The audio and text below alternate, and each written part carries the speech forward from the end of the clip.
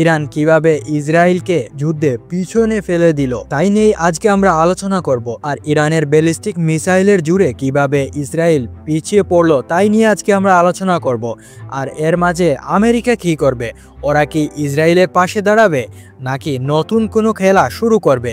এই ভিডিওতে আমরা জানবো কিভাবে ইরান এই খেলায় এগিয়ে গেল। তাহলে চলুন শুরু করি। ইরান যারা বছরের পর বছর ধরে নিষেধাজ্ঞা, চাপ আর হুমকির মধ্য দিয়ে বেঁচে আছে, তারা এখন বলেছে আমরা আর ভয় পাই না। আর ইসরায়েল এরা মধ্যপ্রাচ্যের সবচেয়ে শক্তিশালী সামরিক বাহিনীর একটা, তাদের পিছনে আমেরিকার হাত রয়েছে।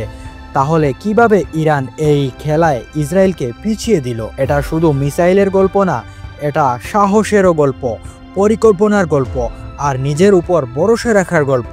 তো চলো একটু পিছনে যাই। ইরান আর ইসরায়েলের মধ্যে এই ঝামেলা নতুন কিছু না, বছরের পর বছর ধরে এই ঝামেলা চলে আসছে, এটা আমরা সবাই জানি। এবং 2025 সালে এই লড়াইটা শুরু হয়েছে আরও বেশি করে। ইসরায়েল ইরানের নিউক্লিয়ার প্রোগ্রামের বিরুদ্ধে হামলা চালিয়েছিল, যেটা আমরা সবাই জানি। তারা বলেছে ইরান নাকি পারমাণবিক অস্ত্র বানাচ্ছে। ইরান অবশ্য বলেছে আমাদের প্রোগ্রাম শক্তিশালী। এই দুই পক্ষের মধ্যে টানাপোড়েন চলছে আর এর মধ্যে আমেরিকা ঢুকে পড়েছে। 2025 সালের জুন মাসে ইসরায়েল ইরানের বেশ কিছু সামরিক ঘাঁটিতে হামলা করে। তারা চুপ করে বসে থাকেনি, তারা ব্যালিস্টিক মিসাইল ছুড়েছে ইসরায়েলের দিকে। এই মিসাইলগুলো এতটাই শক্তিশালী যে ইসরায়েলের আকাশ প্রতিরক্ষা ব্যবস্থা, যেটা তাদের গর্বের বিষয়, তারা যেটা নিয়ে অনেক বেশি অহংকার করে, সেটাও কিছুই করতে পারেনি। এই হামলায় ইসরায়েলের কিছু গুরুত্বপূর্ণ স্থাপনা ক্ষতিগ্রস্ত হয়েছে। এই ঘটনা পুরো বিশ্বকে চমকে দিয়েছে। এখন প্রশ্ন হলো, ইরান এটা করলো কিভাবে? তারা তো আমেরিকার নিষেধাজ্ঞার মধ্যে আছে, তাদের অর্থনীতি দুর্বল। তাহলে তারা কিভাবে ইসরায়েলের মতো শক্তিশালী দেশকে টক্কর দিল? চলো একটু ভেঙে বলি। প্রথম কারণটি হচ্ছে সাহস আর ঐক্য। ইরানের সবচেয়ে বড় শক্তি হলো তাদের সাহস। তারা জানতো ইসরায়েলের পিছনে আমেরিকা আছে, তবুও তারা পিছিয়ে যায়নি।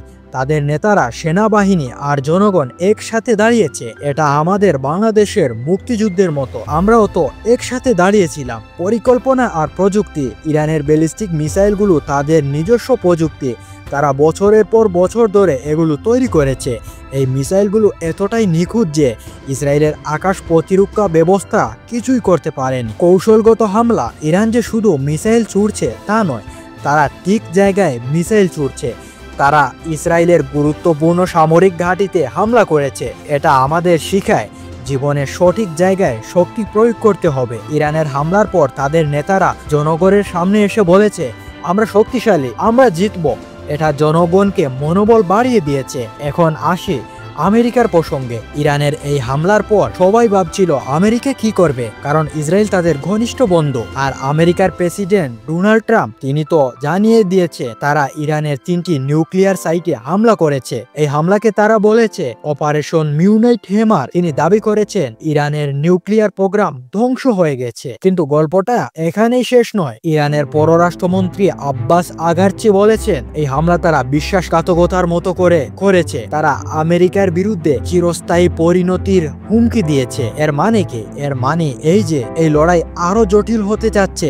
আমেরিকা যদি ইসরায়েলের পাশে দাঁড়ায়, ইরানের পাশে দাঁড়াবে রাশিয়া এবং চীন। তখন কি হবে? এটা শুধু ইসরায়েল আর ইরানের মধ্যে থাকবে না, এটা হয়ে যাবে তৃতীয় বিশ্বযুদ্ধের একটা সূচনা।